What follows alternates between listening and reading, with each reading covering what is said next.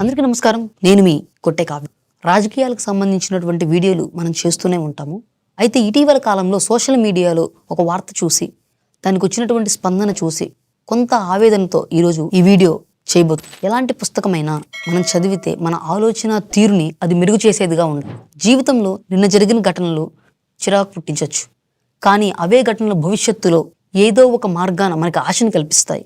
మనందరికీ ఒక పేరుంటుంది, అదే మనకు ప్రాతినిధ్యం వహిస్తుంది. అయితే ఆ పేరు మనం కాదు. పేరు అనేది కేవలం కొన్ని అక్షరాల సమూహం మాత్రమే. ఇలాంటి మాటలన్నీ నేను చెప్పినవైతే కాదు. మహిళలు అన్ని రంగాల్లో నేటికి దూసుకుపోతున్నప్పటికీ కేవలం ఒక్క రచనా రంగంలో మాత్రం వెనుకపడ్డారు అంటంలో మనం ఒప్పుకోవాల్సిందే. అటువంటి రంగంలో మహిళల యొక్క సమస్యల గురించి, మహిళల యొక్క అభ్యున్నతి గురించి ఆలోచిస్తూ తన యొక్క రచనలతో వాళ్ళనే ప్రేరేపించేలాగా రచనా రంగంలో తనకంటూ ఒక గుర్తింపు తెచ్చుకునేందుకు ప్రయత్నిస్తున్నటువంటి రచయిత్రి ఆమె ఎవరో కాదు, కడలి సత్యనారాయణ. ఇటీవల కాలంలో కడలి సత్యనారాయణ గారు ఒక ఇంటర్వ్యూలో మాట్లాడుతూ ఆడవాళ్ళకు సొంత ఇల్లు అంటూ ఏదీ ఉండదు, తండ్రి ఇల్లు లేదంటే పెళ్ళైన తర్వాత భర్తీలు మాత్రమే ఉంటుంది, ఇలా ఎవరి మీద మీరు ఆధారపడి బతకూడదు, మీ సొంత కాలమైనా మీరు నిలబడి కష్టపడి సంపాదించుకొని మీ జీవితాన్ని మీరు కొనసాగించాలని చెప్పని ఎంతో భావోద్వేగంతో మహిళల గురించి ఆమె భావోద్వేగంగా మాట్లాడారు.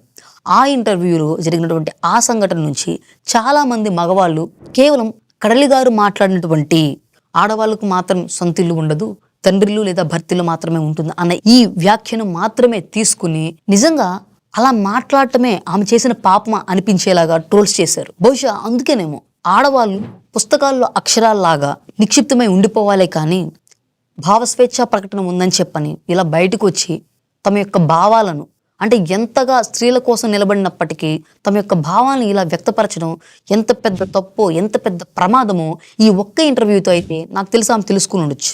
ఇంకా దీంట్లో దౌర్భాగ్యం ఏంటంటే పెద్దలు ఊరికే అనలేదు ఆడవాళ్ళకి ఆడవాళ్ళే శత్రువులని.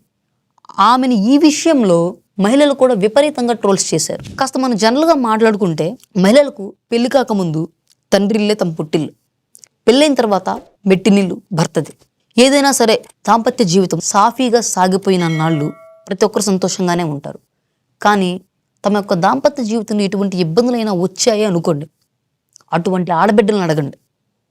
నిజంగా పుట్టింటి నుంచి మెట్టింటికి, మెట్టింటి నుండి పుట్టింటికి వెళ్ళలేక తమ యొక్క బాధని ఎవరికి చెప్పుకోలేక ఎంత మనోవేదన పడతారో అటువంటి బిడ్డలను అడిగితే ఖచ్చితంగా తెలుస్తుంది. ఈ నేపథ్యంలోనే మహిళలు ఎంత బలంగా నిలబడాలి అన్న విషయాన్ని ప్రస్తావిస్తూ కడలి సత్యనారాయణ గారు చేసినటువంటి మాటలు చాలా గొప్పవి. కానీ ఇలా కొంతమంది టార్గెటెడ్గా ఆమె చేసిన వ్యాఖ్యల్ని ఆమె ఏ ఉద్దేశంలో చెప్పారు అన్నది కంప్లీట్గా చూపించకుండా సగం సగం వేసి విపరీతంగా ట్రోల్ చేయడం నిజంగా చాలా బాధాకరం. ఈరోజు అన్ని రంగాల్లో మహిళలు ముందుకు వెళ్తున్నారు, దూసుకెళ్తున్నారు, ప్రతి ఒక్కరు చప్పట్లు కొడుతున్నాం.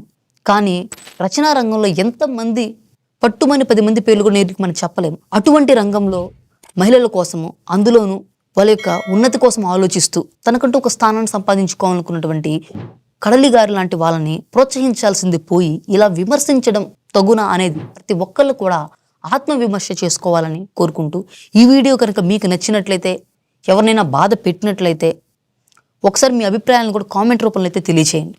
Thank you.